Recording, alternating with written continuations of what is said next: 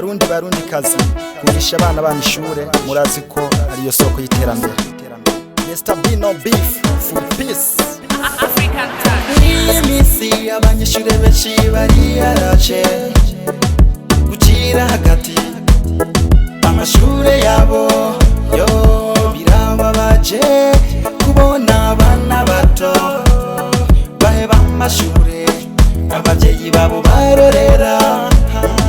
Ikindi kibabaje n'ugwaruka ruciye ubwenge kwebesha amashure ngo nta buzigabize bugihari, rukibagira kuwiza ngo rwiwe neza akoresheje ubwenge yakuye mu mashure, rukibagira ko arigo Burundi bw'ejo kwejo hazoza arigo ruzobutwara.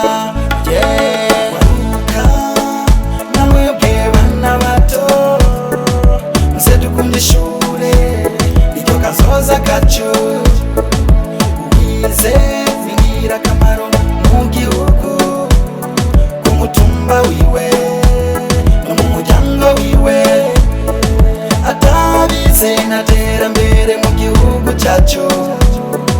Nimuze rero twigane ingufu twiteze imbere.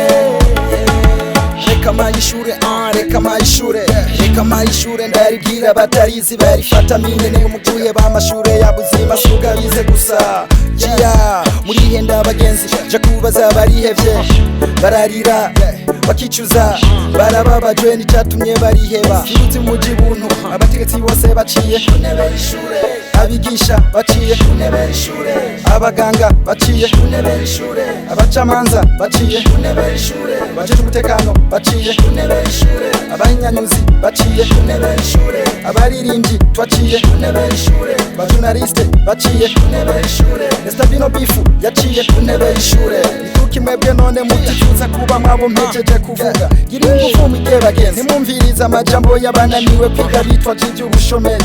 Amahirwe yiwanyu burya siyo yiwabo, mwebwe fata amanote mwige akazi gatangwa n'Imana. Jia